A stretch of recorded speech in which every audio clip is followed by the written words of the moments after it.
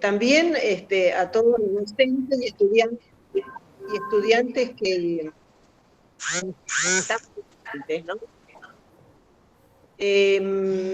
Ayer tuvimos una charla muy interesante que dio María Elvira sobre el Centro Cultural de la Universidad de Caldas. Hoy nos planteamos hacer un encuentro, porque esto surgió, como ustedes saben, esta cátedra libre de la iniciativa de Susana Paganini, pero en realidad de la iniciativa de dos grupos docentes, del grupo docente de proyecto y del grupo docente de historia. Entonces, bueno, dijimos, hagamos un encuentro un poco más pequeño, que al final termina siendo grande, donde podamos conversar sobre algunos temas, porque para los que no estuvieron ayer, que creo que son muy pocos, algunas cuestiones. María Elvira es arquitecta por la Universidad de los Andes de Bogotá, tiene una experiencia y un interés muy grande en el paisajismo, en el tema de los espacios públicos, con una experiencia laboral bastante muy interesante, pero también con una experiencia académica de la enseñanza, que para nosotros como docentes, como cuerpo docente, nos interesa mucho. Entonces, habíamos pensado en una jornada dividida en dos partes. Una primera parte donde, bueno, María Elvira va a contar un poco más sobre su estudio, sobre la trayectoria del estudio Salmoná Madriñán, ¿no? Sobre distintas obras, porque ayer como que también nos quedamos con ganas de conocer algunas cosas más. Donde podamos ahí apreciar algunas de estas otras vertientes, la vertiente institucional que también aborda en lo público, en lo privado, María Elvira. Y una segunda parte, que sería propiamente esto del encuentro formativo, donde, bueno, esperamos la participación de muchos de ustedes, no sé si todos porque son un montón, pero muchos de ustedes, y habíamos propuesto tres ejes, que surgió un poco de las iniciativas y de los intereses de los grupos docentes, que era uno que tenía que ver con las prácticas pedagógicas, o sea, con la enseñanza, a ver qué nos podía María Elvira aportar al respecto de eso. Las prácticas institucionales, esto que decíamos de la gestión pública-privada, que ella maneja también, y a nosotros nos interesa mucho la perspectiva de género, le llamamos, o sea, cómo es eso de ser la socia durante tantos años y pareja, ¿no?, de un personaje tan importante como Rogelio Salmona. Entonces, bueno, sobre esos tres ejes y lo que surja es que vamos a conversar en la segunda parte. Ahora no nos demoramos más y le dejamos entonces el micrófono a María Elvira para esta primer parte sobre el trayecto del estudio. Gracias. Bueno, muchas gracias a todos por estar aquí, por seguir como con esta presentación de pues el enfoque que se le ha dado siempre desde el estudio a la arquitectura y cuáles son como esos temas importantes alrededor de los cuales se han desarrollado los proyectos.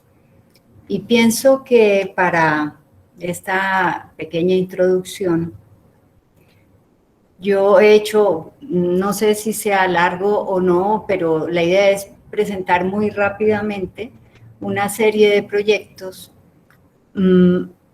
enfocados en un tema que caracterizó la obra, que fueron los patios.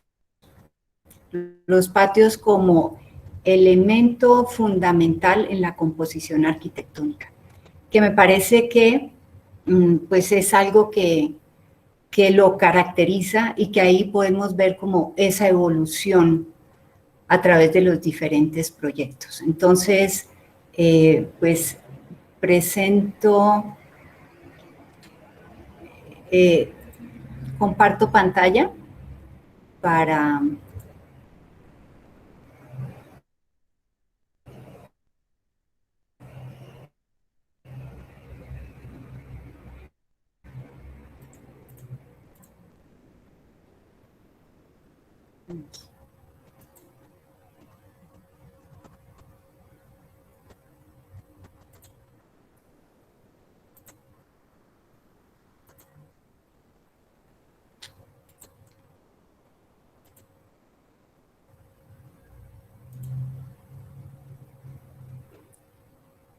Un segundo que no he podido.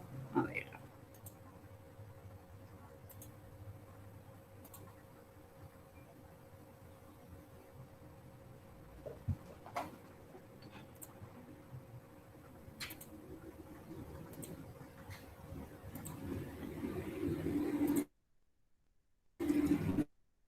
Listo.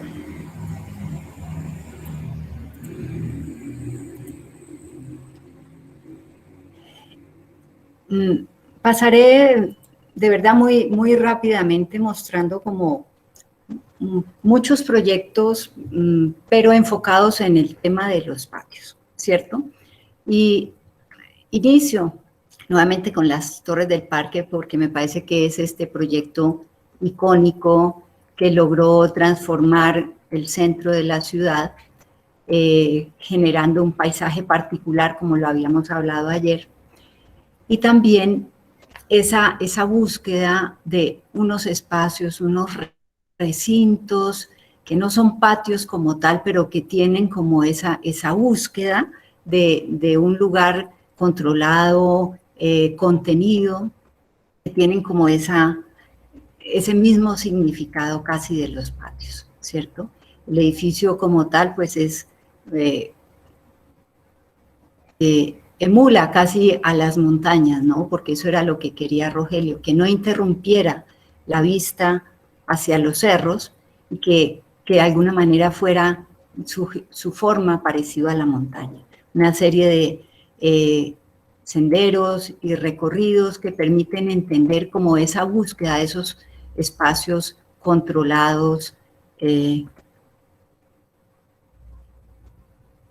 y paso a una serie de casas. Esta casa fue en el 66 y la muestro porque puede ser como la semilla, ¿no? Donde empieza esa búsqueda un poco más definida desde la vivienda, porque la vivienda se vuelve casi que un laboratorio. A través de los proyectos de vivienda exploraba y después esas exploraciones se veían en proyectos de mayor escala o proyectos. Y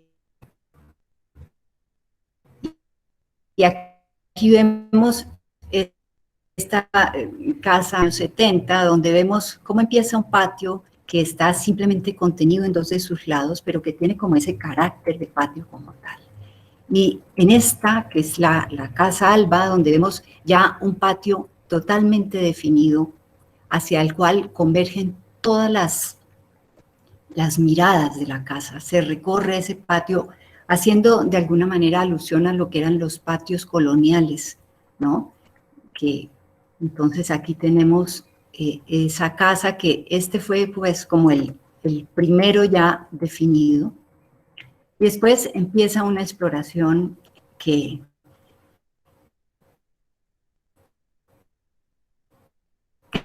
cada vez se va complejizando, ¿cierto? Aquí empiezan a aparecer otras conexiones en diagonales, pero también con esta casa, la foto es muy mala, pero se puede ver como esa relación que tenía con la creación de un paisaje, con la relación con el agua, la llegada, el recorrido.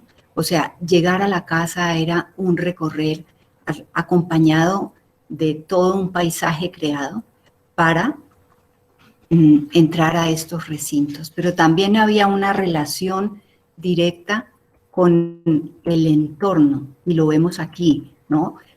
Toda la geometría que de alguna manera dialoga con esa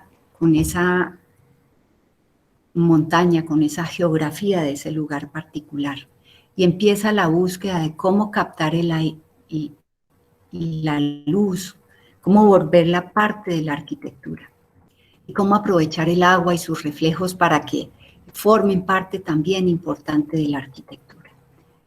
Y aquí vemos de alguna manera cómo estas formas de la casa evocan ese paisaje, y cómo la luz entra y crea acentos en ese recorrer.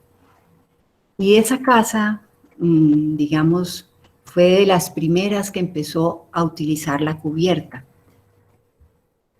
Y aquí vemos, toda esta cubierta era recorrible, y posteriormente sigue la casa de huéspedes en Cartagena, una ciudad colonial, amurallada, donde había una arquitectura militar muy imponente, y de alguna manera esto sirve como de punto de partida para pensar cómo sería esa espacialidad y esa materialidad de esta casa.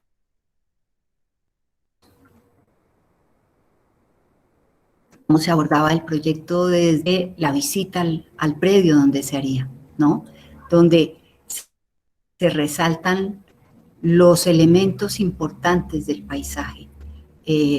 Una iglesia, un fuerte, la ciudad que se ve a lo lejos, como puntos fundamentales que él va a tener en cuenta en el momento de producir el proyecto. Y aquí se ven unos primeros esquemas donde de ahí sigue explorando con un patio, con dos, una búsqueda, digamos, incansable de alguna manera. Y este es el proyecto, el anteproyecto que se entrega. Aquí vemos lo importante que él quería resaltar, era abandonado durante mucho tiempo. Y lo que se quería era que el proyecto, que así fuera muy grande, no compitiera con el fuerte que existía. Por eso lo más importante. Y aquí vemos cómo ese proyecto se desarrolla alrededor de 4 o 5 patios, pero eso no lo dejó satisfecho en ese momento y empieza una búsqueda, ya cuando se está volviendo el proyecto definitivo, una búsqueda aún más compleja. Y entonces empieza como todo esta concatenación de espacios abiertos que se culmina en esto, como una síntesis de esas búsquedas donde tenemos una serie de patios que se abren sus visuales a través de las diagonales y que están en Cartagena, o sea, conforman unos recintos abiertos que le dan frescura y que permite que el aire pase a través, que hace, pues, favorece las condiciones de ese clima un poco recio. Y aquí vemos la sobriedad de la casa, el material seleccionado para eso. Fue un tema complejo porque Cartagena es de una humedad muy alta, el ladrillo no va con ese clima, y empezamos a indagar cuál sería ese material hasta que encuentra una cantera olvidada desde la época de la colonia, de la cual habían extraído las piedras de la muralla. Y se reactiva esa cantera y se hace todo este proyecto con esa piedra coralina. Y se hacen pues todos los diseños con base en la medida que asumimos para esa piedra coralina. Y aquí está como todos los detalles. Y la importancia que tiene la composición del paisaje dentro de la propuesta, ¿no? Aquí vemos cómo de manera muy esquemática otra vez está la importancia de estos espacios abiertos, la creación de tal vegetación, de transparencias que se van pensando de manera conjunta en el momento en que se empieza a hacer el proyecto. Y aquí vemos en ese lugar no había nada, esto era únicamente arena. Esta es la casa recién terminada. Y aquí podemos ver a mano derecha en esa montaña, es la iglesia de la Popa, el convento de la Popa que habíamos visto en estos esquemas. Y esto es 20 años después, donde realmente más adelante creo que tengo una foto que muestra las condiciones de ese terreno para ver la labor que realizamos desde la creación del paisaje, ¿no? Todo esto es un paisaje nuevo, creado. Y aquí vemos esta entrada en diagonal para llegar a un recinto sombrío que genera esta frescura, pero a su vez hay unos patios que están abiertos en sus diagonales, como lo había mencionado, hacia alrededor del cual se desarrolla la casa. Cada patio tiene un árbol con una especie en el nombre de ese, ¿no?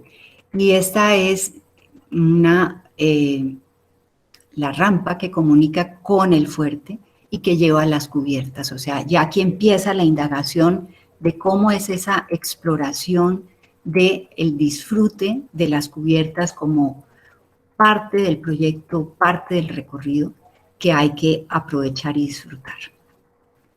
Y aquí se puede percibir como el ambiente de sombra en estos corredores y los patios que aportan pues toda esa riqueza con su vegetación, con sus olores, con sus aromas. Esta es la cubierta y esto es el recorrido por la parte alta, donde podemos ver cierta afinidad con lo que hacían en la arquitectura militar en Cartagena. Y era el plano, la foto que les contaba. Este era el terreno en el momento en que se empieza a hacer la casa. Solo el fuerte de San Juan de Manzanillo que fue restaurado y de resto no había absolutamente nada. Entonces, estos son 10 años después y hoy en día este es el ambiente, o sea, esta foto fue hace 5 o 6 años, donde lo que se buscaba era que la arquitectura se perdiera dentro de ese contexto, que lo que importara era la vegetación y ese entorno creado. Y para eso, pues se crean estos elementos que contribuyen, ¿no? Como el agua, con la frescura, con la naturaleza. Estas son las fachadas de las habitaciones. Esta casa se hizo como la casa de gobierno, el lugar donde se reunía el presidente y sus ministros. Entonces, en el momento en que se crea, había 13 ministerios, entonces tiene 13 habitaciones. Y el clima de Cartagena es muy húmedo, muy caliente, entonces lo que se buscaba era crear condiciones para que la sombra fuera parte fundamental. Y aquí vemos, basándonos en el primer esquema, ¿no? Cuál era la vista hacia la ciudad, las cúpulas, que se vuelven estos elementos importantes en el paisaje. Después de la casa de huéspedes, que vimos esa serie de patios que no están concatenados, pero que tienen una relación visual desde sus diagonales,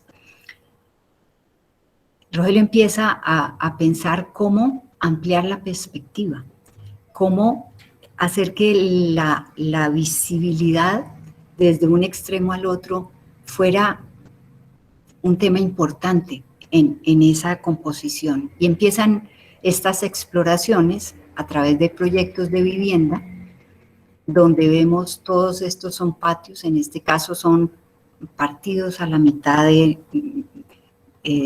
espacio, y aquí sigue como esa serie de exploraciones con la vivienda para llegar al Museo Quimbaya, en Armenia, donde vemos plasmadas esas búsquedas Y aquí tiene este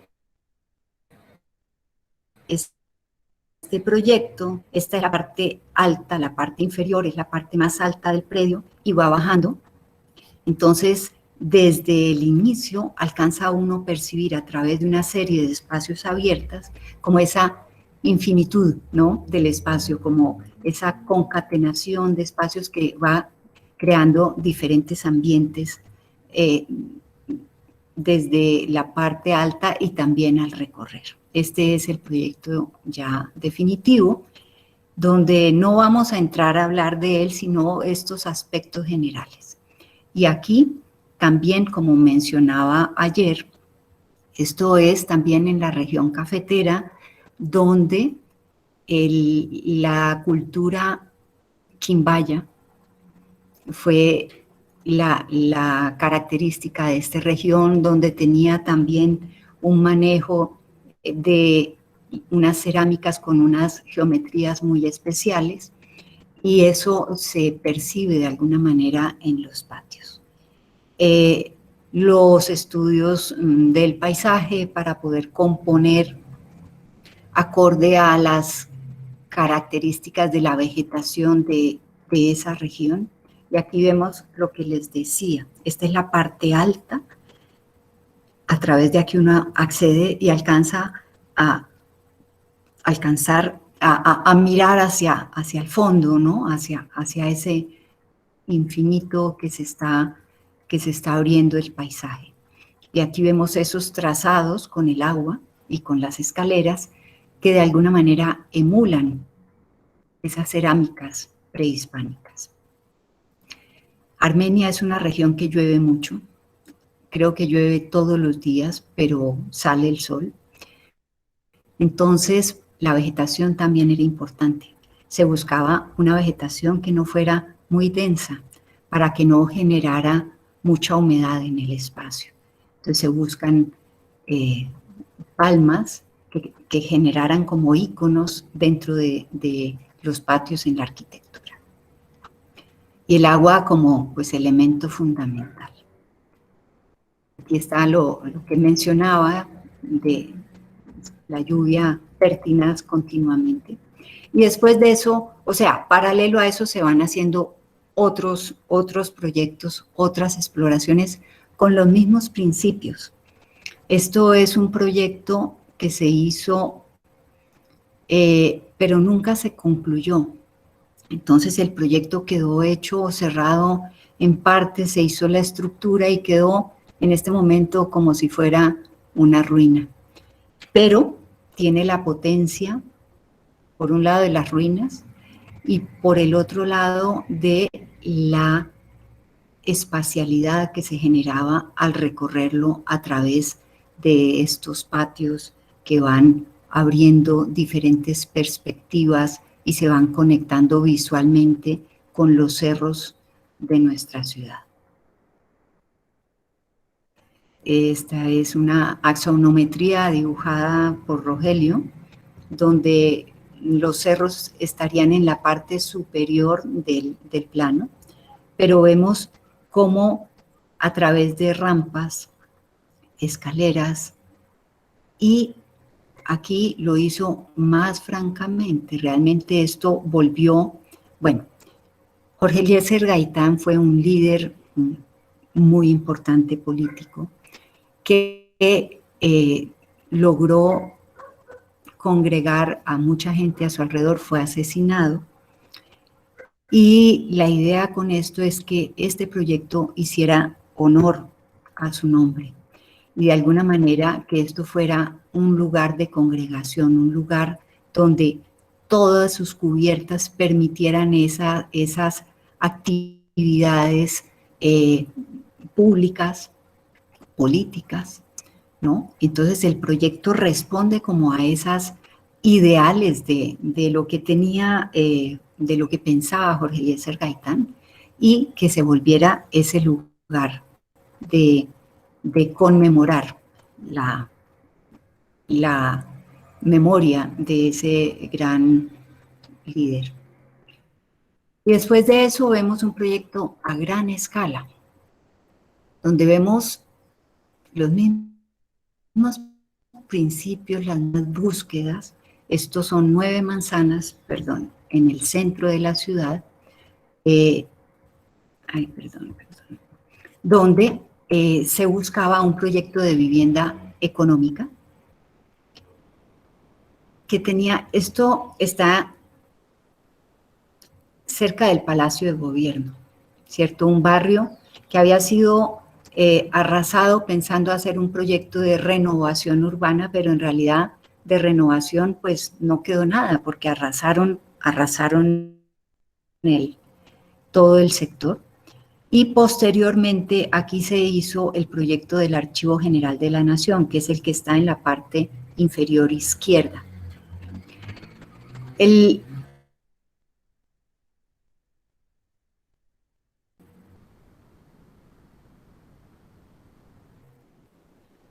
que pudiera uno recorrer libremente todos estos espacios, que fueran unos espacios ciudadanos, unos espacios verdes que tanta falta le hacían el centro de la ciudad.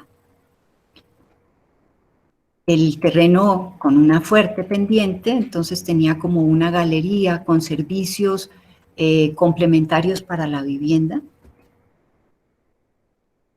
Esta foto es tomada desde el Archivo General de la Nación, que se hizo posterior, pero que guarda de alguna manera parte de ese lenguaje, donde vemos esa intención siempre de relacionar el paisaje, el contexto, los cerros.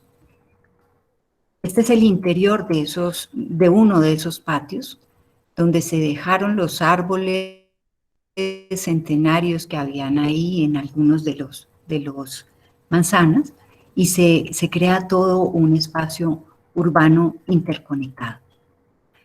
Tristemente después fue necesario cerrarlos y se perdió como esa fuerza que tenía esta idea.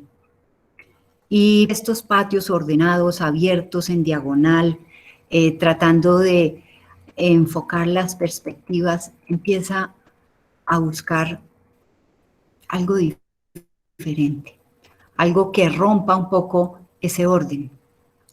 Y aparecen estos patios rotados.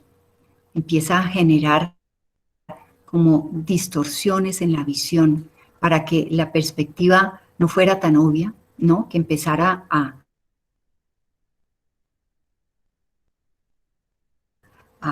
generar diferentes.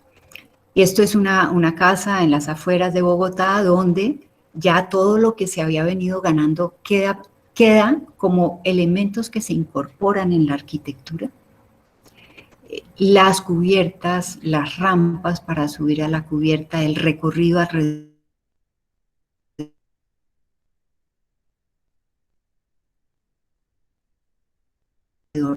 de los patios, que se vuelven una fuente de exploración enorme. Y aquí vemos cómo, aparte de los patios, empieza y pone como hitos en el paisaje. Y empieza una exploración con una serie de casas en la sabana. Y aquí vemos, esta es una casa mucho más pequeña, pero encontramos como esa búsqueda, ¿no? Los umbrales, las transiciones, los espacios abiertos que se contienen y vuelven y se abren, y para llegar a este paisaje que a esta posibilidad de empezar a recorrer toda la arquitectura, que se vuelven en realidad elementos para contemplar el paisaje básicamente. Y aquí sigue mostrando versiones de eso, y como vemos siempre con un patio girado.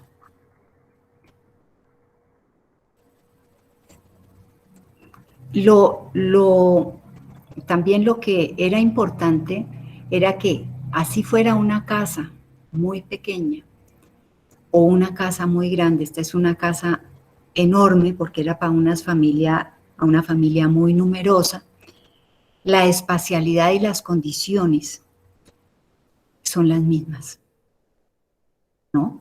Entonces, no importa la escala, lo que se buscaba era que cada uno tuviera esa riqueza espacial, que era lo que era importante. Y como vemos en muchos de estos proyectos, el agua se vuelve un elemento fundamental.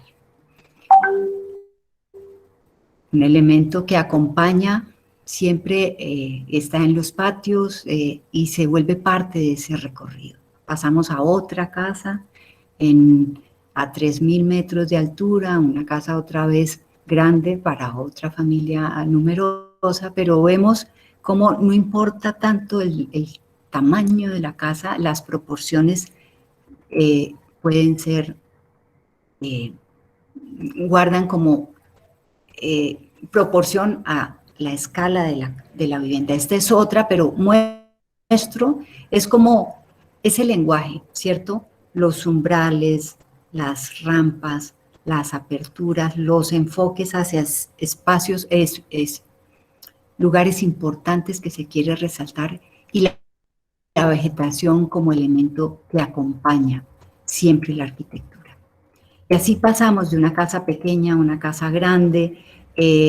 Esta es una casa enorme que se hace sobre las huellas de una casa que ya existía, y entonces pues responde de alguna manera al proyecto existente.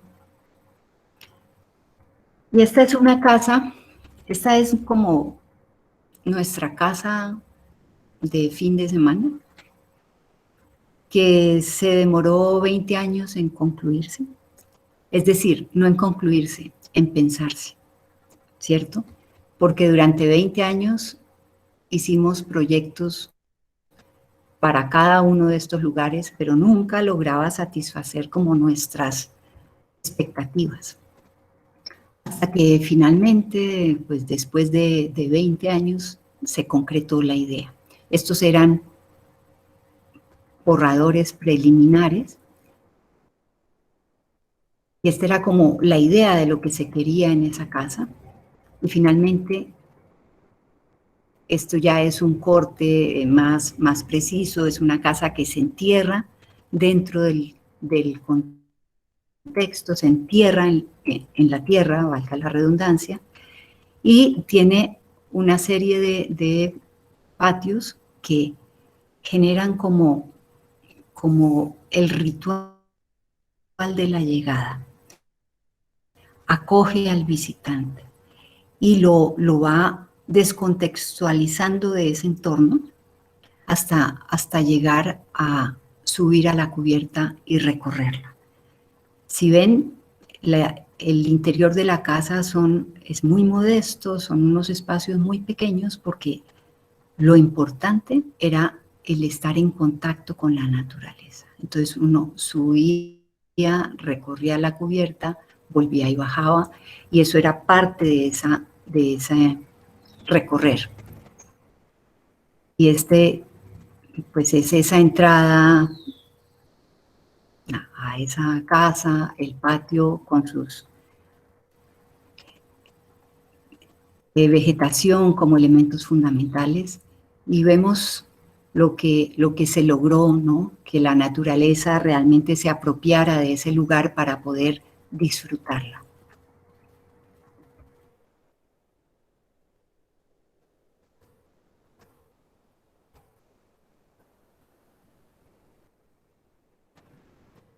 Después, esa casa termina en el 2000, esta termina en el 2004, o inicia en el 2004, y es la búsqueda de una nueva materialidad.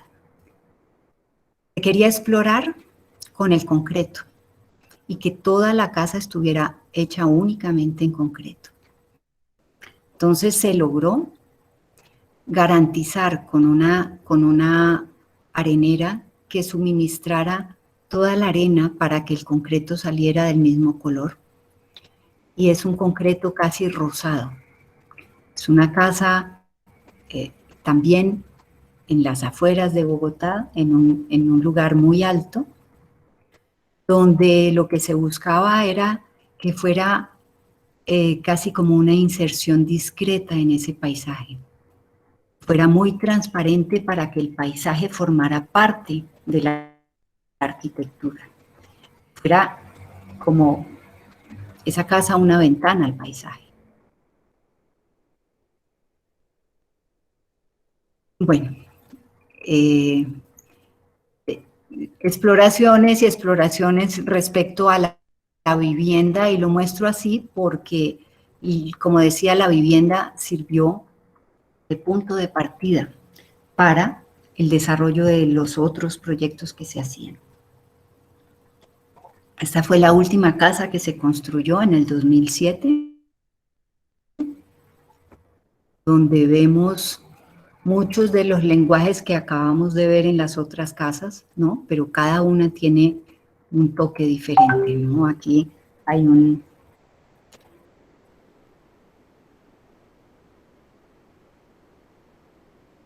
y el agua es mucho más presente, las transparencias, y bueno, después de pasar muy rápidamente por esas viviendas, entonces vamos a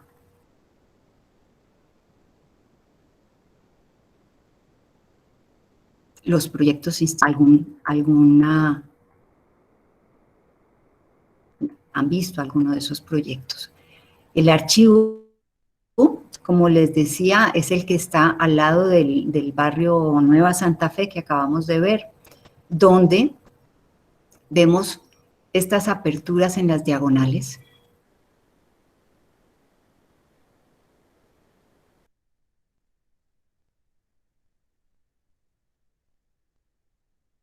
Ya aquí no responde a los mismos criterios de que el edificio está abierto, pero sí, en este sentido se abre porque aquí tiene una iglesia importante que quería resaltar y los cerros orientales que se vuelven pues nuestro referente siempre. El archivo, entonces, es un lugar, ayer les comentaba, para el cual se desarrolló el ladrillo color ocre, donde se hace este patio que también comentaba, lo hacía Rogelio sin ninguna información de computador. Él trazaba con sus obreros y una de esas piezas del piso del patio. Y en la época que hicimos ese proyecto, fue el primer proyecto que se empezó a hacer en computador, antes de que existiera el AutoCAD. Entonces, no había intensidad de líneas, sino colores. Y por eso me parece, pues, bonito presentar, ¿no? Como el negro era lo cortado, el rojo, el azul era más intenso, el rojo más claro, y en fin, de esa manera entendíamos las profundidades en los planos. Y aquí está el acceso al archivo, que pasa uno a través de este puente, y esta apertura en la cubierta que permite tener esa relación siempre con el cielo.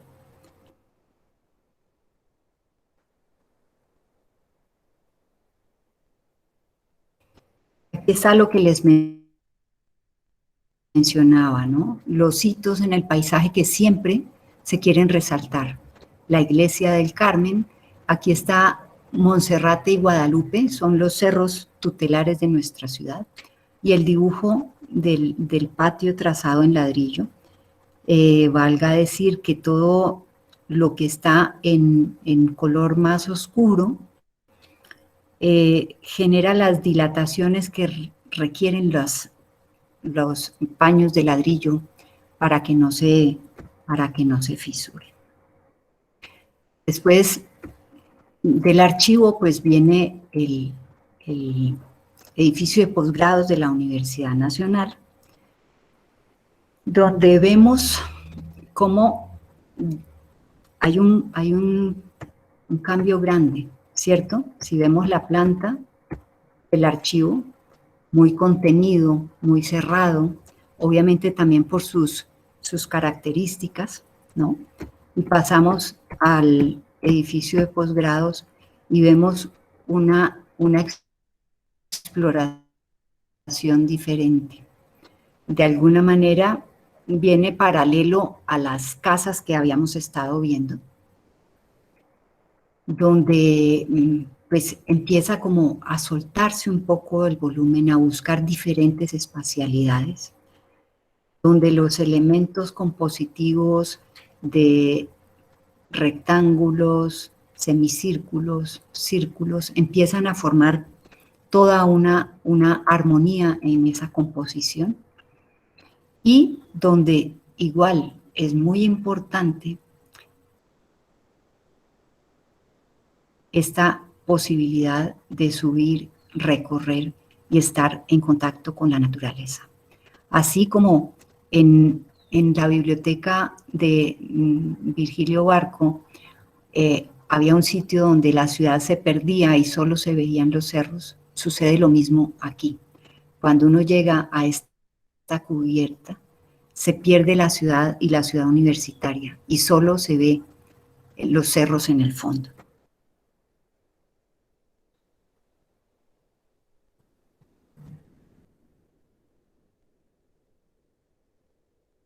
El recorrer la arquitectura se vuelve fundamental, por eso aparecen rampas, siempre espacios para poder contemplar, para poder estar.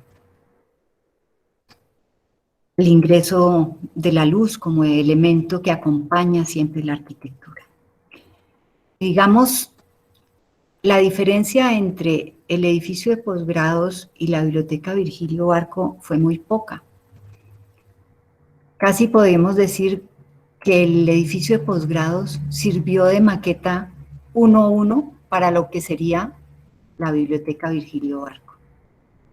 Aquí empiezan como todas esas exploraciones para llegar a la espacialidad. Se hizo también todo el parque y todo el paisajismo, donde comentaba ayer, todo esto era un botadero de escombros de construcción.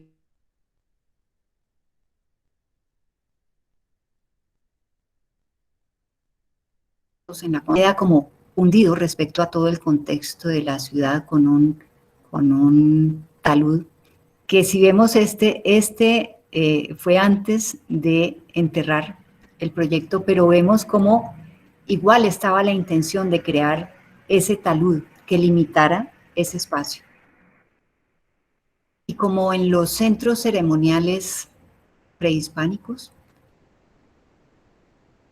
se entra, se entierra, se llega a la tierra, y hay una serie de acontecimientos que van sucediendo a medida que se recorre, que despiertan los sentidos para que el visitante esté atento a diferentes como gestos que se van produciendo en el recorrido.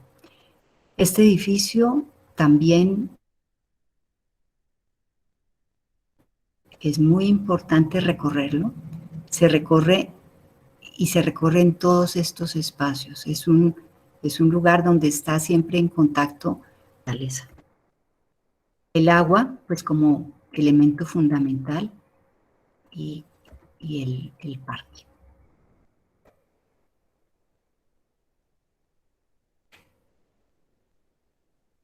Hay una serie de umbrales que marcan las transiciones de un espacio al otro, puentes que se abren al paisaje, el agua siempre acompañándolo. Y cuando uno entra al vestíbulo, lo que ve al fondo es enmarcado los cerros, ¿no? Como un elemento fundamental en nuestra ciudad y para nosotros, o sea, ponerlos en evidencia.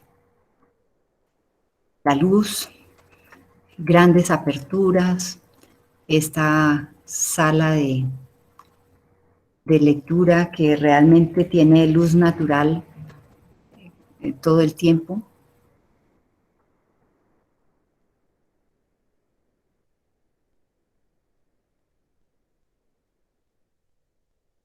Y la búsqueda de cómo generar una multiplicidad de visiones, como en un espacio se ve el agua, se ve el jardín, se ve el paisaje y se ve la montaña, ¿no? Siempre esa intención de, esta es la vista desde la cafetería, donde se ve el agua, el jardín reflejado y al fondo la montaña como era de ese contexto, ¿no?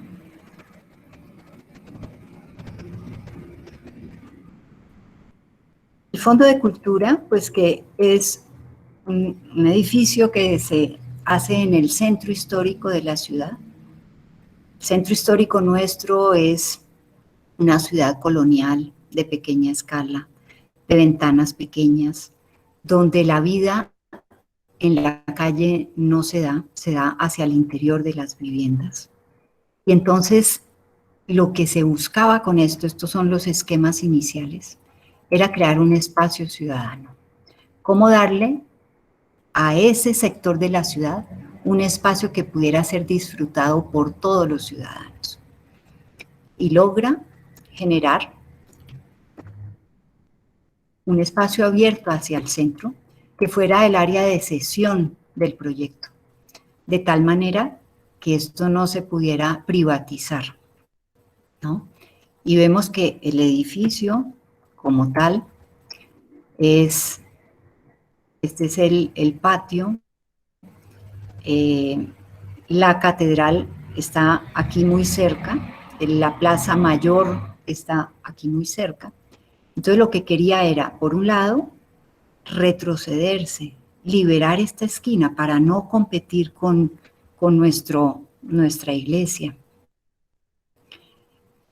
Y a su vez, que este límite fuera muy transparente para que generara casi que un límite visual, pero en realidad el edificio está adentro, está metido. Y aquí lo vemos, ¿no? La catedral, y vemos como esta columnata que de alguna manera marca el ritmo de lo que eran las casas vecinas, pero que en realidad invita, se abre una circulación, una galería cubierta que invita a entrar, y todo es un edificio muy permeable. Dibujos, y aquí vemos, bueno, esto estaba todavía en obra, pero es realmente no solo en el primer piso, que es muy abierto, sino arriba. Realmente es una cinta muy ligera que lo que cubre es una circulación para estar en contacto con ese centro, con la ciudad y con los cerros. Este es otra vez el Cerro de Monserrate. Entonces vemos cómo al caminar a través de la acera vamos dirigiendo la mirada hacia hitos del paisaje. Otra vez lo que habíamos visto en el proyecto de ayer, las cuñas para facilitar el empate de las formaletas en madera y la transparencia del edificio, que en realidad es como una plataforma para contemplar el paisaje.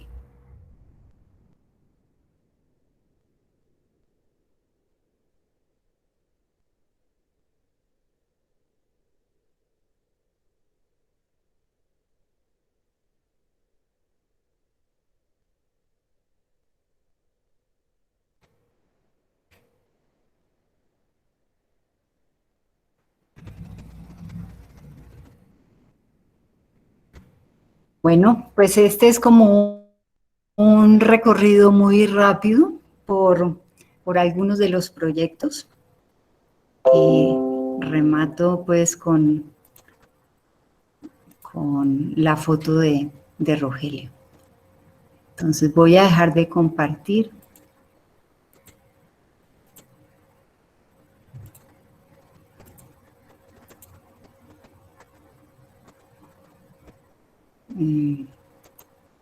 Ya dejé de compartir, ¿cierto? Sí. Sí.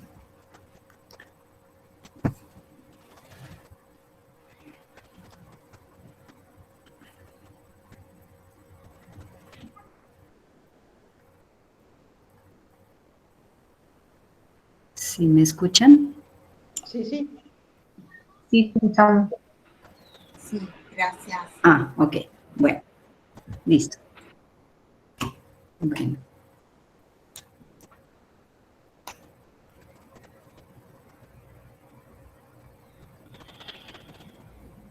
Pues si tienen algunas No sabíamos que había preguntas. terminado.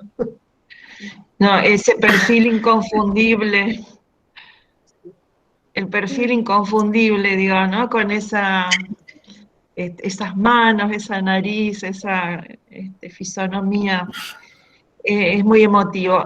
Yo recuerdo, María Elvira, que estuvimos en 2011 en Bogotá con un grupo de arquitectos y nos llevaste a ver justamente estas obras públicas,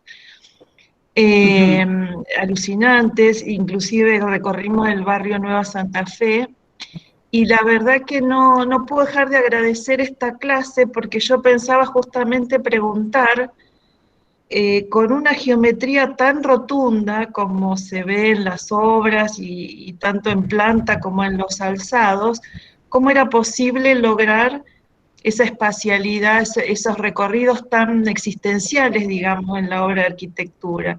Entonces fue muy revelador que hablaras hoy de las casas y cómo las casas, las pequeñas o grandes casas, pueden llegar a ser un laboratorio para estudiar los temas de la arquitectura, cualquiera, o sea, los temas que nos interesa trascender y poner en evidencia, ¿no? Entonces fue para mí reveladora, estoy muy feliz porque esa extrañeza y esa admiración que me provocaba justamente el logro de esos recorridos, porque es como que uno va sin voluntad, ¿no? Como si estuviera dirigido por otros, hasta llegar por allí a esas a esas azoteas, y encontrar plenamente la ciudad y el paisaje, y sin embargo uno mira la obra y son duras, hay una geometría muy fuerte, ¿no? Entonces, bueno, eso era como un gran interrogante. Bueno, pues sí, yo pensé que era importante mostrar viviendas que es más difícil, ¿no? Sí. Es más difícil acceder, entonces, y no se han publicado, no tienen información, pero sí era como constatar eso, ¿no? La vivienda es la exploración de todo esto que después se plasma, ¿no? Porque Rogelio decía una cosa, yo solo hice un proyecto en mi vida, que lo fui enriqueciendo, ¿no? Y eso lo vemos ahí, o sea, hay un hilo conductor que pasa de un proyecto al otro, no importa la escala, no importa el tema, ¿no? Sí. Y es una búsqueda muy particular que se ve como esa coherencia. Sí, sí, es impresionante. Muchas gracias por acercarnos a esas obras que de otro modo no podríamos conocer. Muchas gracias, Silvia. Sí. María Elvira, desde ya hermosa la muestra de todas las imágenes y sobre todo la naturaleza de los gráficos, que realmente no podríamos llegar a verlos con esa calidad. Por ahí María Zambrano decía que el patio era el aljibe del cielo, ¿no? Y yo creo que en algún momento Rogelio la ha nombrado, Sí, o ha sí, nombrado esa frase sí, en algún momento. sí. En función de eso, y en función, si se quiere, de un poco de los ejes que Viviana y Susana habían mencionado con respecto a las prácticas pedagógicas y lo que es, sobre todo como vos encaraste esto de los patios, ¿no? En ese sentido, como nexo, vinculación de espacios, precolombinos, colombinos, en todo este bagaje que nos llevaste, y camino y ruta con respecto a todas las obras. Obviamente me hago la pregunta al respecto de cuáles son los elementos, si se quiere, en lo que es la conceptualización del paisaje, que muchas veces estamos en ese espacio cerrado público de la vivienda, y las vinculaciones que vos haces, y que Rogelio, obviamente, con el proyecto tuyo, porque voy a ponderarte de alguna manera con el proyecto conjunto, vinculaba al entorno o vinculaba al paisaje.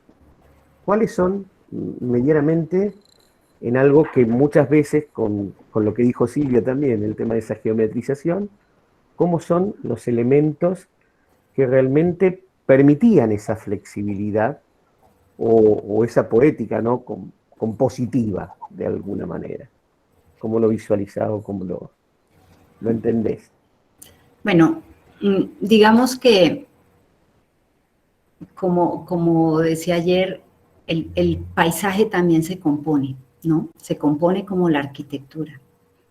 Entonces, y tiene diferentes escalas, y tiene diferentes proximidades. Entonces, lo primero es esa noción de territorio, esa noción de mirar amplio, de entender las condiciones de cada uno de esos lugares, pero no en el lugar preciso. Por eso digo, es una mirada muy, muy general, conociendo, es que se buscaba desde el clima, la lluviosidad, los vientos, o sea, para saber, por un lado, dónde se inserta el proyecto, cuáles son las condiciones que más le favorecen. Y sobre todo, y creo que lo mostré en muchos de estos proyectos, cómo cuando uno llega a esos proyectos lo que pone en evidencia es un paisaje que muchas de las personas que vivimos en la ciudad no lo habíamos visto de esa manera, ¿no? Porque es exaltarlos. Entonces, ¿cuáles son esos elementos en ese contexto grande y después en el contexto más inmediato que vale la pena resaltar? Y ahora,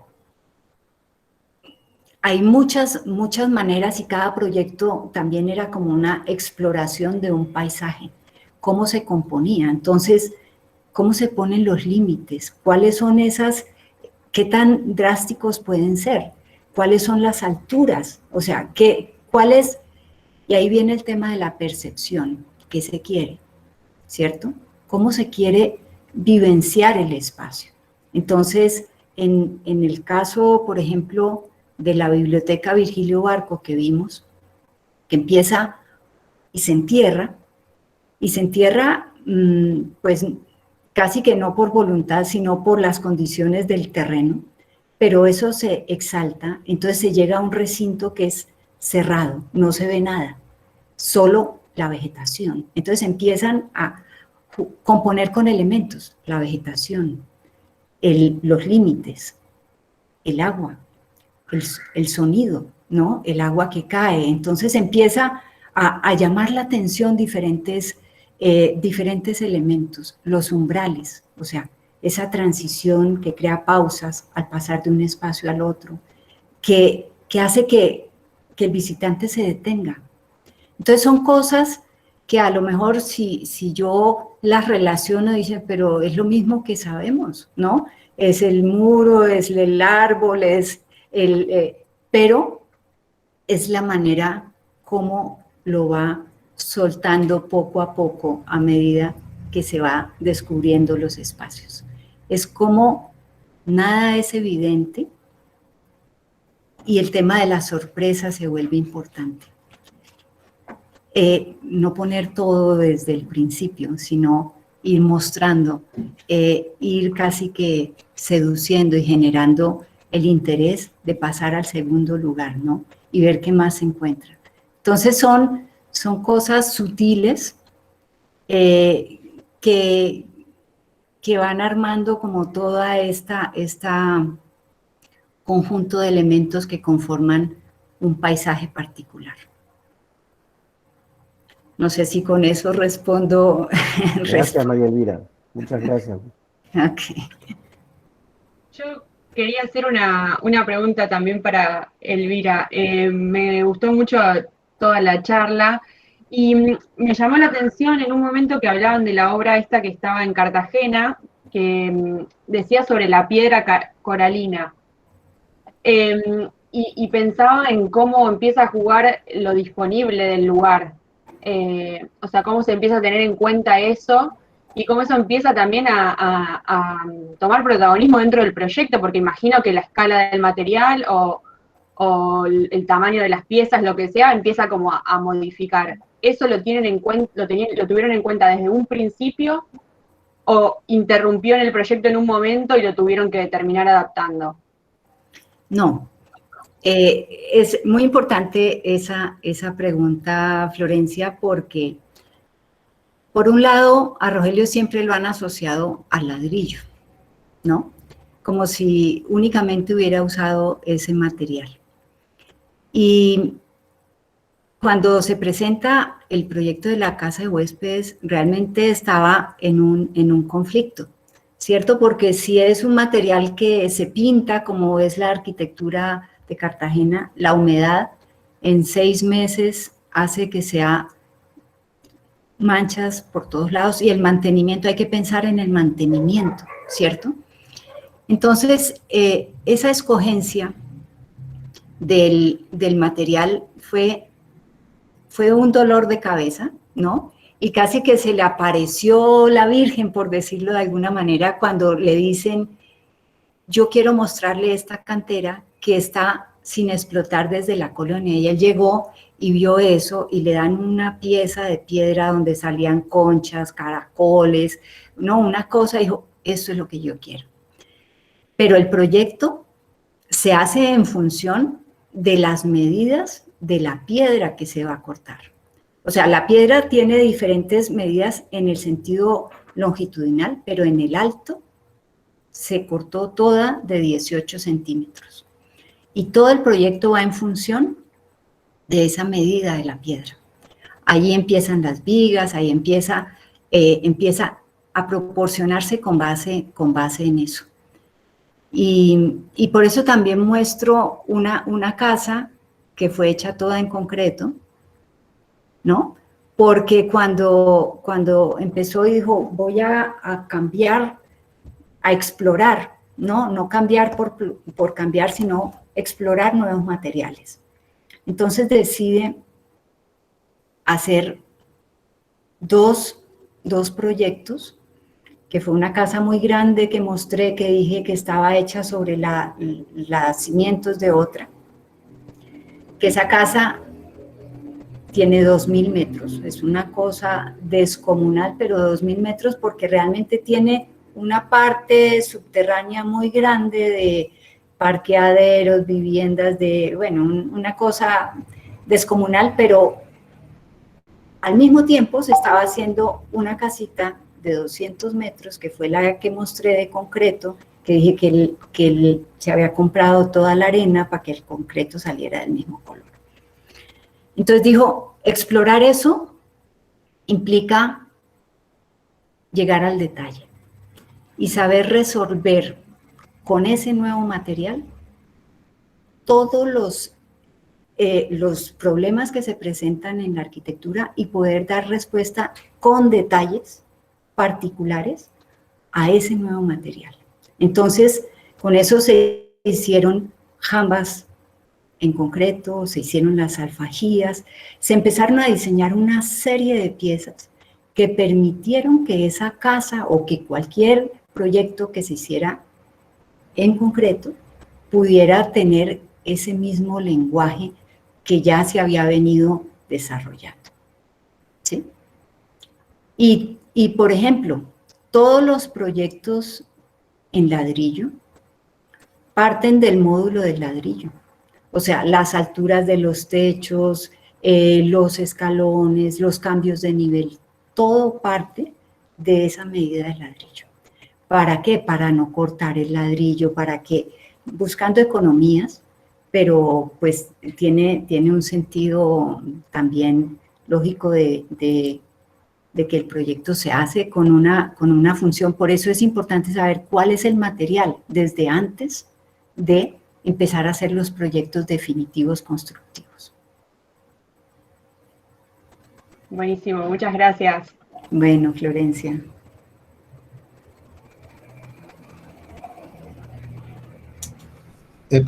¿Puedo hacer una preguntita? Ah, perdón. Hay algunas manos levantadas, me parece, Guillermina.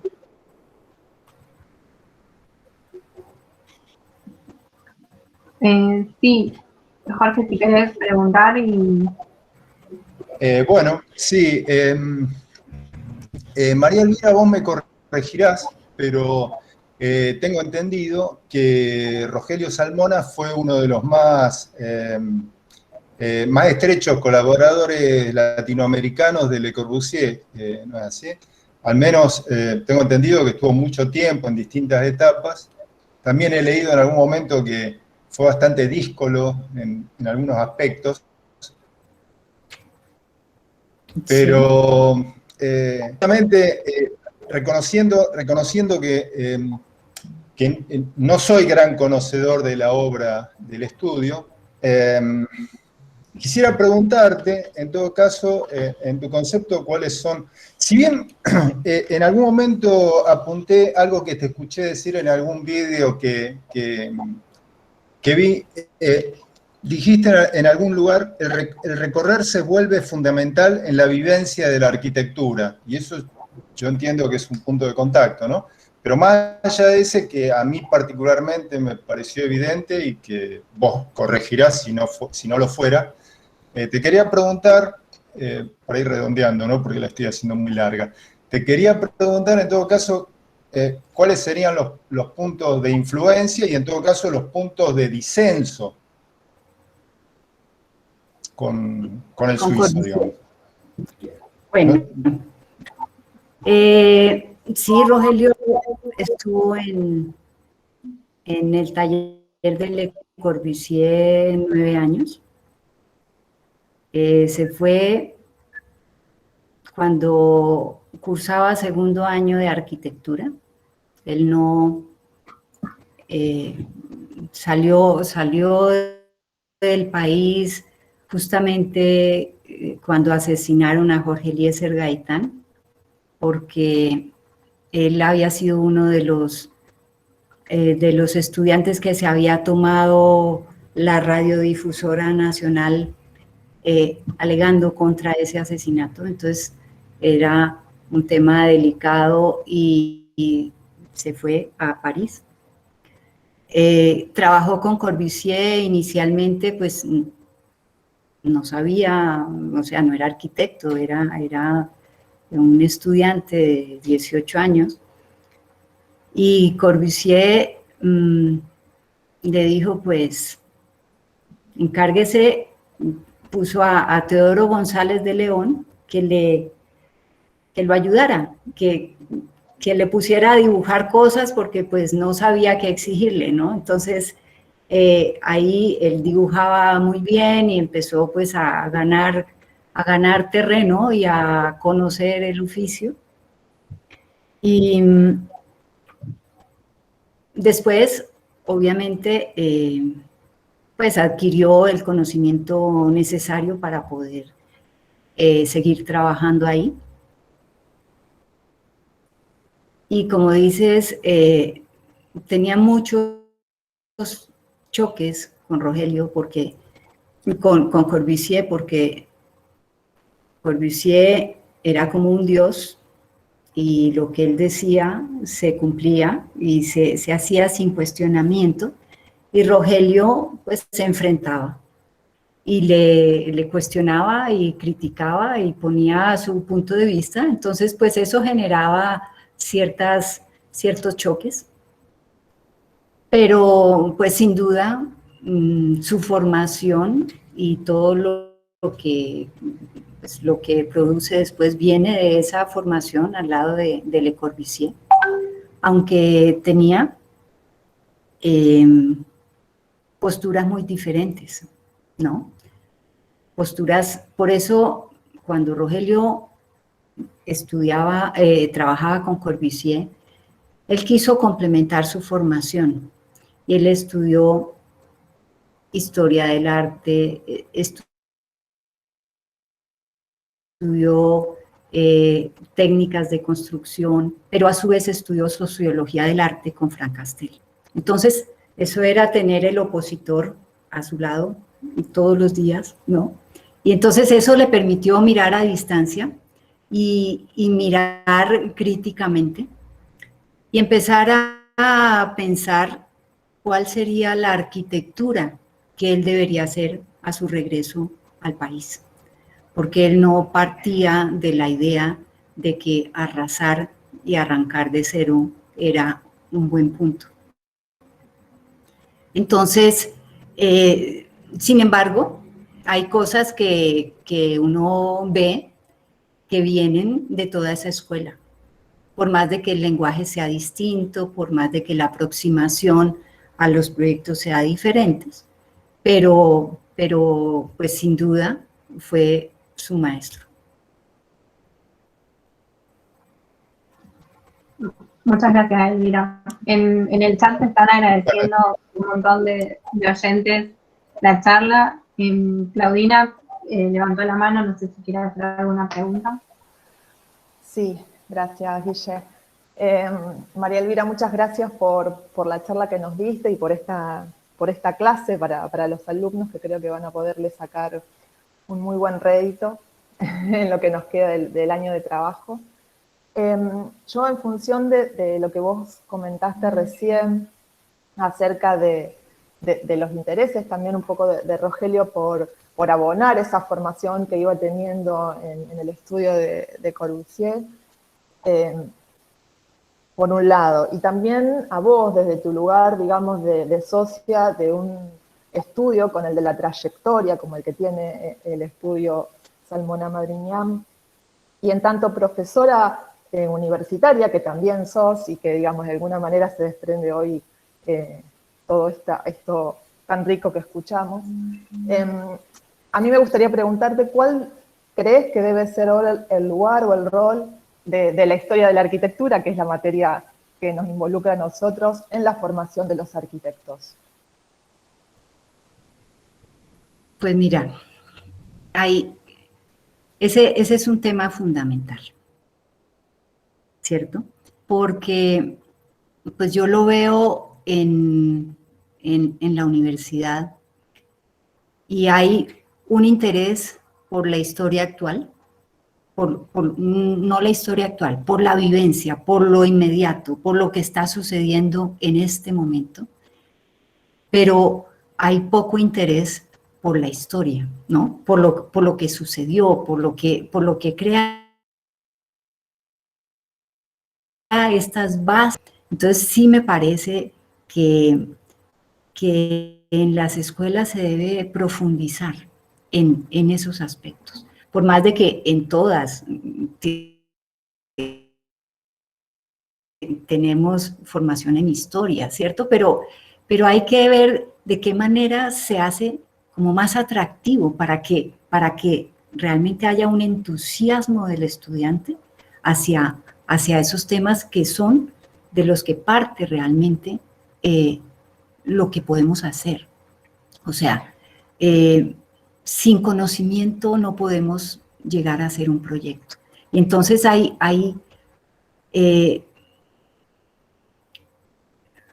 muchas veces yo encuentro esas dificultades, ¿no? Porque uno pretende que el proyecto evolucione, que los muchachos sepan hacia dónde ir, pero si no tienen un conocimiento básico, si no tienen unas bases sólidas, entonces como que no, o sea, les falta mental. Pero a lo mejor lo que hay que hacer es una enseñanza de la historia más participativa. No sé cómo sería, ¿cierto? Pero que ellos se involucraran más en ese aprendizaje de otra manera. Y pues ahí hay como un gran reto, pero yo creo que esa sería como una buena manera de que se cambiara un poco esa relación, ¿no? Estudiante-aprendizaje con con nuestras bases.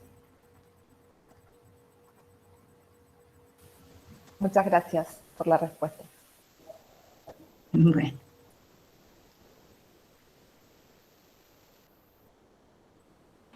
¿Y no hay preguntas por ahí? Tomo el micrófono para sumarme a lo que recién hablaban sobre la historia, y te cito, María Elvira, en un artículo que tenés sobre una mirada personal, donde hablas de la casa de huéspedes que hoy nos contaste, y referís a la primera cita, después de visitar el lugar, la primera cita es con la memoria, ¿no? Entonces, bueno, la importancia de la memoria en toda la obra de ustedes. Que nada, si querías poder reforzar en el sentido de asociar memoria y historia, ¿no? Claro, claro, sí. Muy bien, Susana. Okay.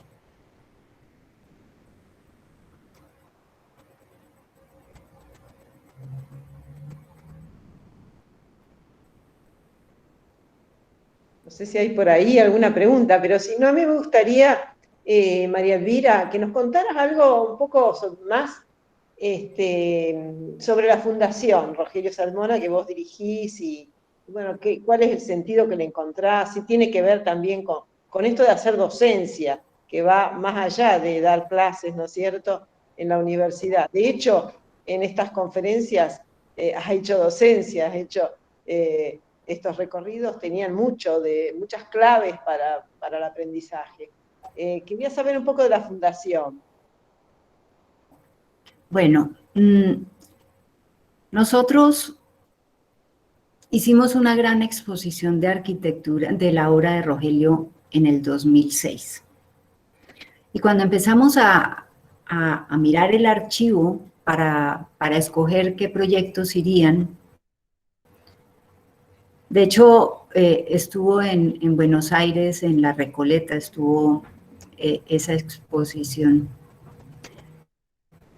Empezamos a darnos cuenta de pues, lo frágil que estaba el archivo. El archivo se guardaba realmente en estos tubos en los cuales venía el papel mantequilla, ¿no?, muy apretado.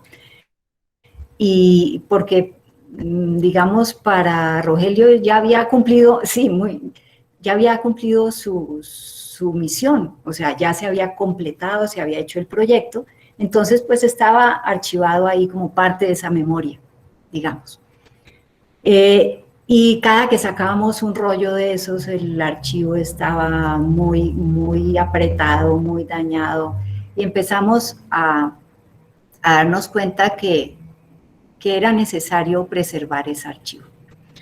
Obviamente Rogelio estaba vivo, y alguna de las personas que estábamos en ese comité curatorial buscando información le dijo: Rogelio, es que debemos hacer conseguir un fondo para salvar este archivo. Y Rogelio dijo: no hay posibilidad de que yo piense en eso, ¿no?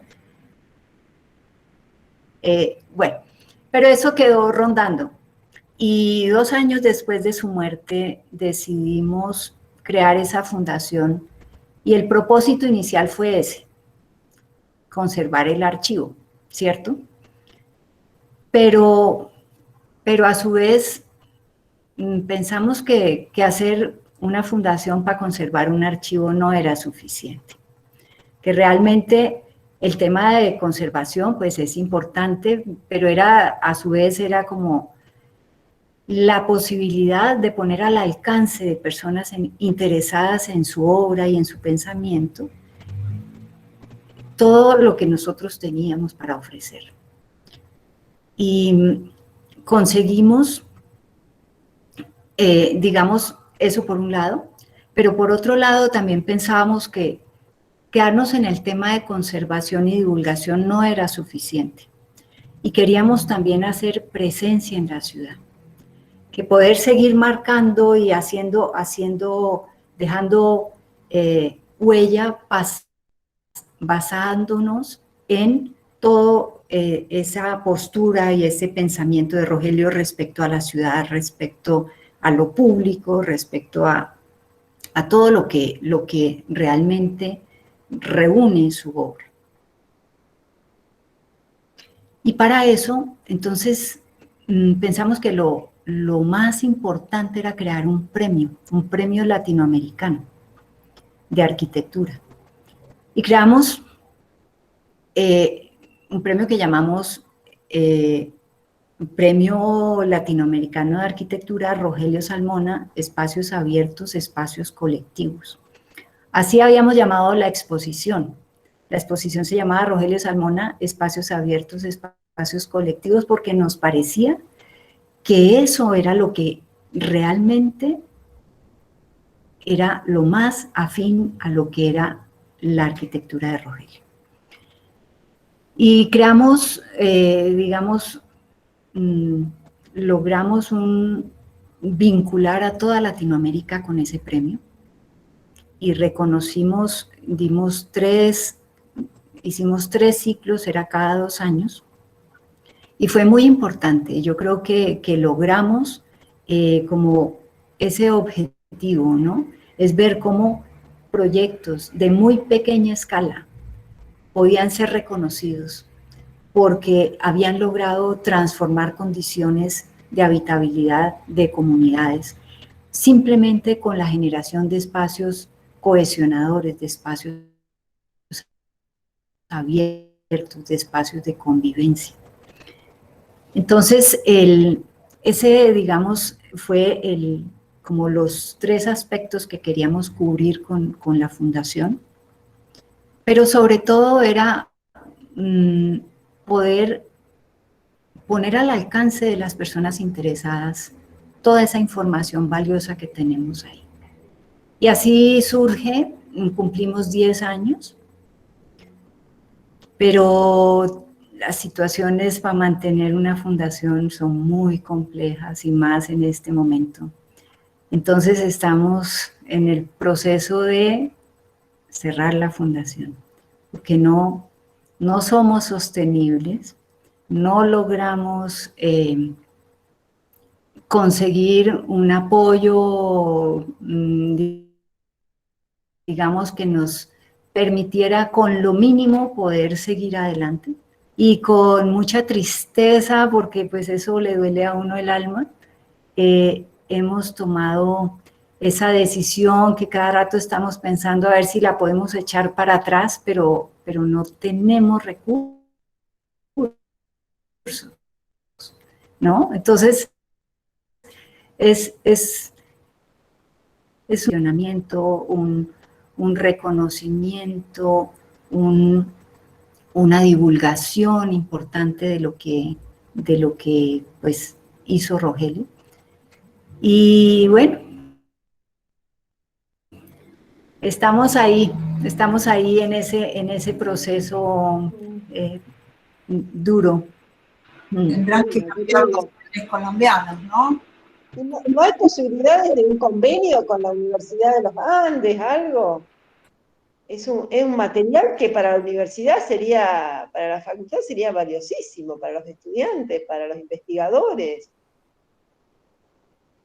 Digamos que nosotros el archivo, y seguimos todavía, pues digamos, el archivo de alguna manera no pertenecía a la fundación, sino la fundación lo tenía en comodato para poder sacar provecho de eso. Y la idea es que pues sigue, digamos, de alguna manera si se termina la fundación, pues esa labor se seguiría haciendo, ¿cierto? Pero sí, lo que es triste, pues sí nos acercamos a varias universidades, pero a todas les interesa es quedarse con el archivo y claro, el resto pues no tanto, o sea, entonces se vuelve complejo, pero pues estamos ahí en ese proceso, tratando de no hacerlo, pero como con una sentencia difícil. Si me permitís, María Elvira, quiero recordar a los estudiantes que la fundación dice Rogelio Salmona, arquitectura, política, ética y poética. Como el lema, esto que vos decís, ¿no? Y que la obra sostiene la defensa de lo público, los espacios de convivencia ciudadana, que se notan en todas las obras. Y en mi caso en particular, creo que el Centro del Fondo de Cultura Económica es una plataforma pública paradigmática y encima resistente al COVID, es decir, contemporánea, porque se puede estar todo el tiempo al aire libre allí, ¿no? Sí, sí. Sí, pues nos hemos puesto a actualizar la página web, porque pues teníamos una página web muy buena, pero quedó obsoleta porque la plataforma en la cual se montó ya dejó de existir, entonces tuvimos que migrar. Y en este momento se vuelve una herramienta de consulta fundamental. Sí, hemos subido todos los proyectos, las viviendas, hay mucha información para cuando requieran consultar, ahí está, porque nos parece que pues es importante que eso quede así, la fundación no pueda seguir y que la página con toda esa información siga vigente, ¿no? Entonces... Quiero informar que hay 2 libros que donó la arquitecta María Elvira Madriñán hace un tiempo ya, unos años, en el Colegio de Arquitectos, y creo recordar que también en la biblioteca de la facultad, con los premios. Y ¿te acuerdas, María Elvira? Sí, me acuerdo, sí. Bueno, que están en la biblioteca nuestra y en la del Colegio de Arquitectos. Por si en algún momento los quieren consultar, también están allí.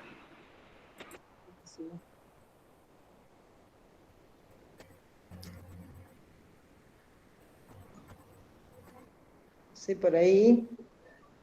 En el chat siguen agradeciendo la charla y tus palabras. Pero... Pues muchas gracias por todas esas palabras aquí sobre la charla, que de verdad para mí es importante pues poder compartir como esa información que es difícil acceder a ella, ¿no?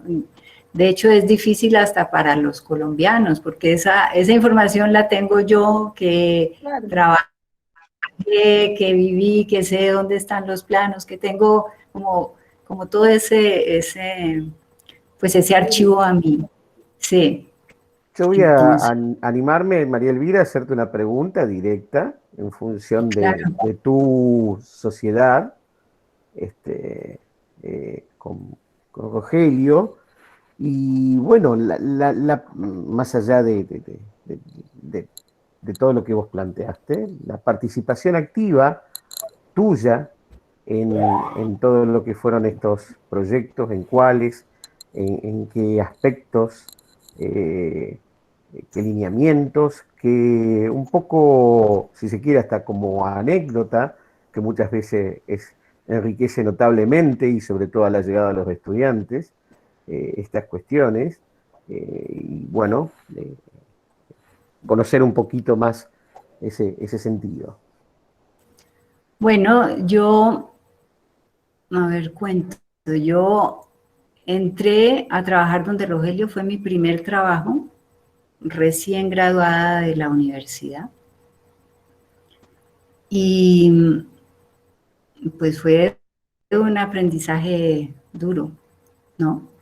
Porque pues Rogelio era riguroso, tenía su metodología, su manera de aproximarse al proyecto, y uno sale pues con muchas ilusiones, pero con poco rigor y poco conocimiento. Entonces,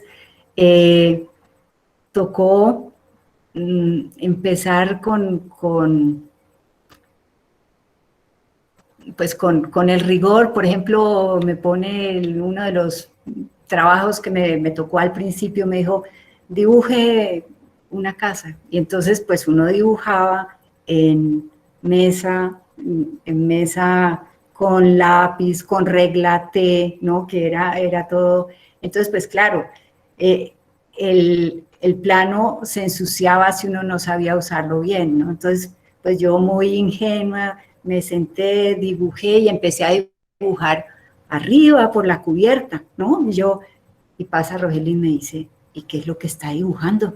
Y yo, no, pues estoy haciendo la casa.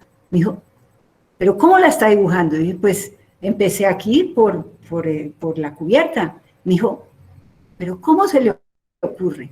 Se dibuja como se construye. Usted no puede empezar a dibujar por la cubierta cuando no tiene el cimiento, cuando no tiene no sé qué. Y yo, bueno. Entonces, primera lección nunca se me olvidó, ¿no? Porque, claro, uno no tiene un rigor. Entonces, el rigor constructivo era fundamental. ¿Cómo se construye? Así uno no sabía, nunca hubiera estado en obra, pero entonces ya empezaba la inquietud, ¿cómo aprender desde la construcción? Y otra anécdota, mejor dicho, de anécdota en anécdota, pues uno iba, ¿no? Uno le iban jalando las orejas por ahí, pero de otro lado iba aprendiendo. Y estaba dibujando, por ejemplo, y era la casa de huéspedes. Y estaba sola en la oficina, se habían ido todos los colaboradores que estaban ahí. Y entonces, pues yo recién llegada a la oficina y me dice, bueno, estaba dibujando y me dice, ¿y qué es esto? Y marca algo en el plano. Le digo, no, esto es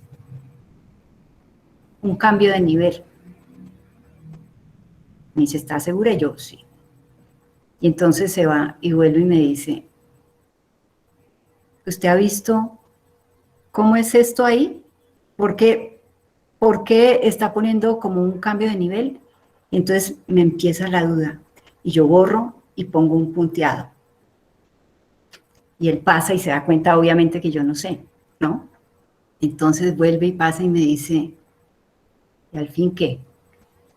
¿Es un cambio de nivel? ¿Es un punteado? ¿Qué es lo que está dibujando? Y yo volvía y quitaba el punteado y ponía la línea continua, ¿no? Y entonces, pues, Rogelio no era suave, obviamente él tenía un temperamento muy fuerte. Me dijo, se nota que no sabe nada de lo que está dibujando. Y uno no puede dibujar sin saber qué es lo que está dibujando. Hágame un corte. Entonces yo fui a buscar por allá un plano donde estaba. Me dijo, no se va a buscar el plano, me lo hace aquí. Y yo, pues bien enredada, porque yo no sabía bien cuál era, si era el dintel, si era el escalón, mejor dicho. Al final me dice, se da cuenta que no sabe lo que está dibujando y eso no puede ser, ¿no? Y entonces, claro, a la fuerza me hizo hacer el corte, me dijo, haga el corte, pero no buscándolo aquí. Y yo sufría, yo decía, ¿cómo será que es esto? Hasta que finalmente entendí que él tenía razón, o sea, yo no sabía lo que estaba dibujando y él, para estar seguro de que tiene a alguien en quien confiar, pues tiene que saber que hay una certeza en lo que se está haciendo. Entonces, lección aprendida también. Y así, una tras otra, ¿no? Y bueno, eso forma parte del rigor con el que uno aprende a desarrollar un proyecto, ¿no? No se le pasa nada. 1 milímetro es importante. Acotar era un tema súper complejo. Y entonces, finalmente, esas verificaciones que él iba haciendo, le iban dando tranquilidad de que uno respondía pues a la seriedad que requiere un proyecto. Entonces, ese fue como ese aprendizaje inicial. Después, obviamente, uno va cogiendo vuelo y uno va entendiendo cómo es el proceso. Y ya después, un proyecto, pues, cómo se desarrollaba un proyecto. Yo no puedo decir es que yo hice los esquemas y hice todo el proceso de esta casa, no, porque eran proyectos que las ideas partían de Rogelio y la evolución de esas ideas ya era como un diálogo, era un proceder y era un comentar y era unas sugerencias, se quita, se cambia, se sube, se baja, pero era más como esa conversación a dos manos, ¿cierto? De cómo hacemos para que esa idea inicial pueda llegar a su término, ¿no? Pero él también ponía trampas, ¿no? Él hacía en ese proceso, de golpe empezaba y hacía, era descomunal la búsqueda, ¿no? Eran miles y miles y miles de esquemas para poder llegar a una idea. Y muchas veces uno llegaba a la oficina y encontraba una montaña de papeles. Y uno decía, ¿y esto qué fue? ¿No? Entonces, eso se bota. Y era porque ya había encontrado esa idea que le estaba haciendo falta, ¿no? Ya, y todo, o sea, todo ese proceso para llegar a ese punto ya se había descartado porque había algo que le había marcado ese camino y lo desaparecía, ¿no? Lo botaba, o sea, que no quedara evidencia de la búsqueda anterior. Lo que pasa es que yo muchas veces recogía parte de esos planitos, los guardaba y los archivaba y después muchas veces me decía, seguro usted me guardó esto, búsquelo porque lo necesito. Y muchas veces tocaba volver a esos planos que él había descartado y que yo había guardado, porque las ideas iniciales a veces tienen tal potencia que se van perdiendo en el desarrollo del proyecto y es necesario casi que volverlas a retomar, ¿cierto? Cuando el proyecto se traba en un momento, muchas veces volvía a esa idea inicial con la cual había empezado el proyecto. Y ese era como ese proceder.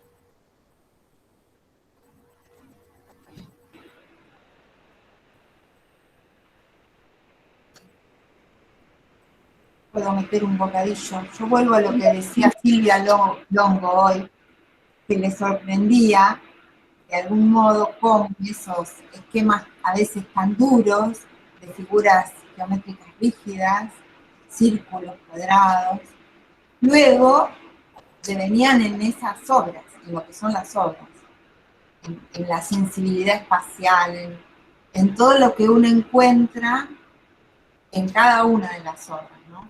No quiero detenerme a pensar en eso. Pero entonces se abren muchas preguntas ahí en ese espacio entre, ¿no? Entre esas ideas iniciales que un poco, digamos, Gabriel te hizo una pregunta, pero vos ayer contaste en el Centro Cultural de Caldas que apenas tenías un esquema, ¿no? Cuando te hiciste cargo de esa obra. Sí, sí. Sí, es como el proceso de maduración de un proyecto, ¿cierto? A ver, si algo era que se hacía era mirar lo general, llegar a lo particular, al detalle, pero después volver a mirar a lo general. O sea, nunca dejar como esa multiplicidad de escalas que se van viendo en todo el tiempo. Es ir y volver. Y si se llega al detalle, mirar el detalle en ese contexto grande. Y si hablamos del contexto amplio, es el territorio, es el paisaje, ¿no? Es todo eso que forma parte de esa particularidad que encierra la arquitectura. Porque difícil sería imaginar esos proyectos sin un paisaje, ¿no? El paisaje es parte fundamental de ellos. Y eso en la gran mayoría fue hecho, digamos, en la casa de huéspedes, por ejemplo, que vieron el plano que ahí no había nada.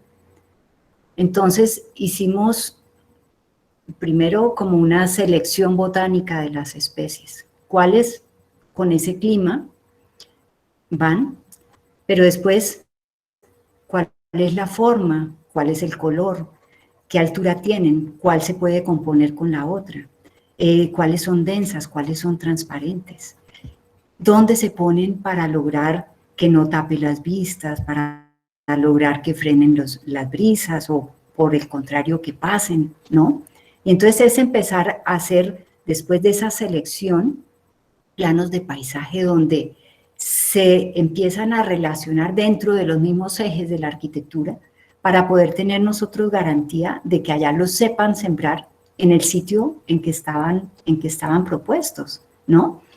Y después era ir a los viveros y empezar a buscar, porque el nombre científico en los viveros no saben, y en nuestra costa menos, eso no existe un nombre ni parecido, ¿no?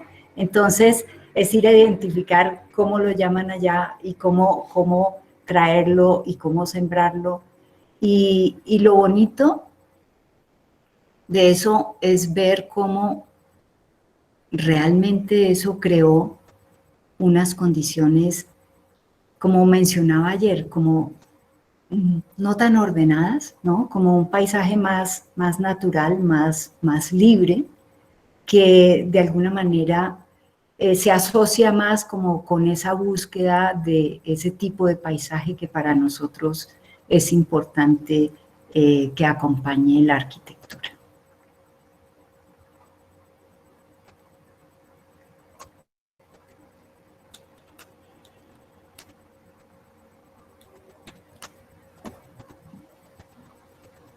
Muchas gracias.